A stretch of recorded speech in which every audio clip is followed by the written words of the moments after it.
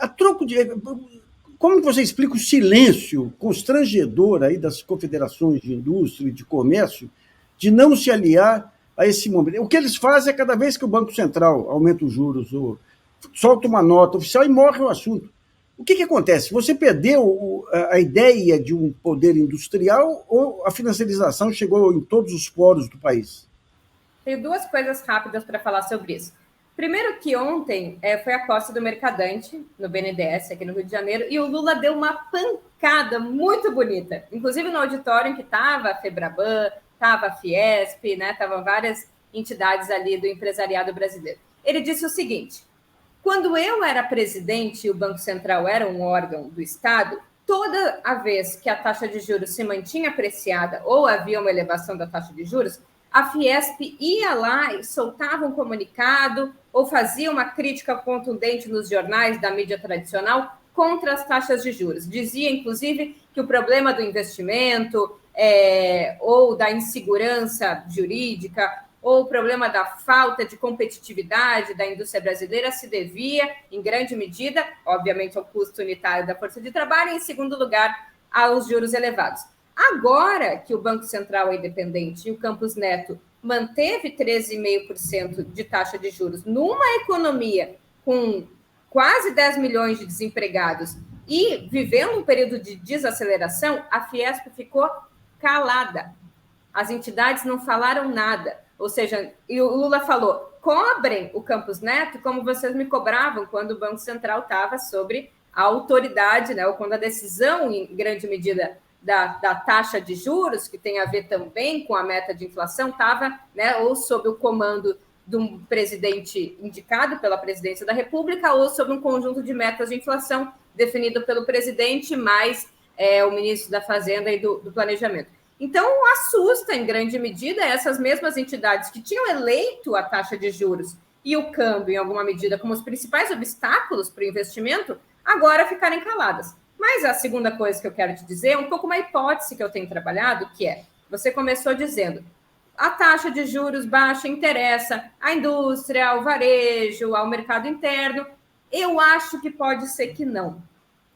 Pode ser que não, pela particularidade da burguesia brasileira. E aí a gente precisaria voltar um pouco nas determinações da formação social e econômica do capitalismo periférico brasileiro, ou da própria formação do caráter e da natureza da burguesia dependente brasileira, tal como lá apregoava Florestan Fernandes.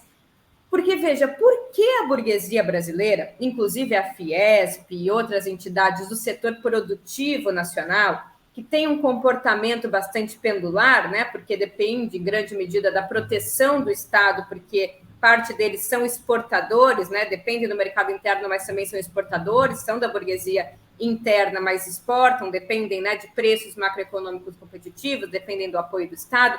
Por que esse setor, inclusive, foi parte prioritária do golpe? Por que foi parte prioritária da agenda de reversão da política econômica neodesenvolvimentista, que tinha, inclusive, né, como a própria Laura Carvalho dizia, a agenda Fiesp como agenda do primeiro governo Dilma?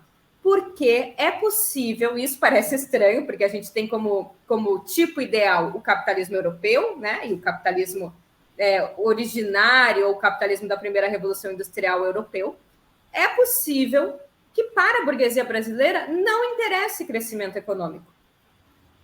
Porque ela pode ter taxa de juros, taxa de lucro mais elevada em momentos em que a massa total de lucro cai.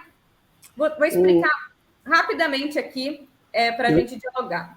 Tá. A massa total de lucro da economia brasileira tem caído desde 2015. A massa total. Tudo que é proveniente, né, da geração de lucro. A massa total cai. Por exemplo, a massa era 100 e agora a massa é 80. Porque menos pessoas consumindo, menos produtos realizados, a massa de lucro, né, da venda unitária de cada produto caiu. Mas a taxa de lucro é a diferença entre o capital adiantado, retirado ali o capital que é pago pela remuneração dos custos de produção. Que no Brasil, numa economia periférica, subdesenvolvida e muito pouco industrializada e desenvolvida do ponto de vista tecnológico, o principal custo é o quê? Força de trabalho.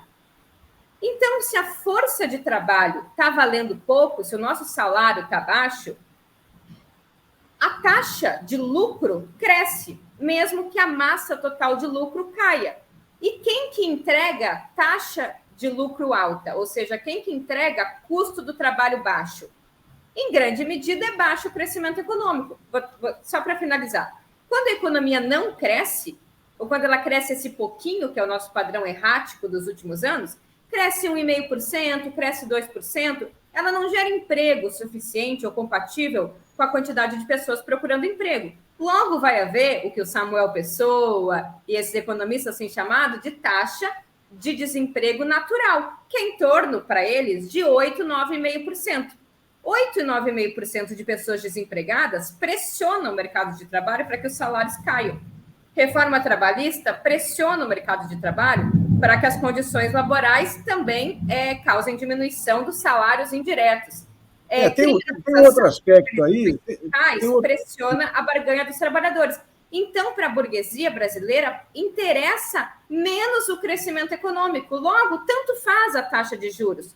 O importante é, em alguma medida, falta de crescimento, porque isso gera desemprego, e desemprego é o que gera queda no custo do trabalho, e queda no custo do trabalho é o que gera taxa de lucro num padrão elevado para os padrões brasileiros. Eu acho que isso que interessa a burguesia brasileira, muito mais do que a gente achava que era... Eu acho que é um outro ponto aí, Juliano, eu acho que é um outro ponto que tem que ser levado em conta, e que surge quando o Lula pega a herança bendita aí, que a imprensa chama aí, o tripé virtuoso do Fernando Henrique, que era câmbio baixo, juros altos e ajuste fiscal.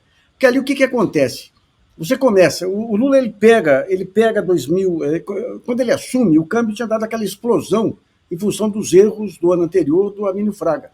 Ali você estava uma economia que, se o câmbio fosse mantido naquele patamar lá, a economia disparava. Mas daí entra, eu acho que é um pouco o que explica a bronca do Lula hoje, que ele foi na conversa de que teria que apreciar o câmbio e usar aquilo que o mercado queria. Então ele reduz o câmbio. Quando ele reduz o câmbio, ele afeta o grupo de empresas industriais. Como que ele faz para compensar essas empresas industriais? Ganhos de tesouraria. Ganhos de tesouraria, seja com as operações cambiais, aí, toda aquelas operações que o Banco Central inventa lá, um custo altíssimo lá, e taxa de juros elevadas. Ou seja, ali você começou, digamos, todo o estímulo à produção foi para o vinagre.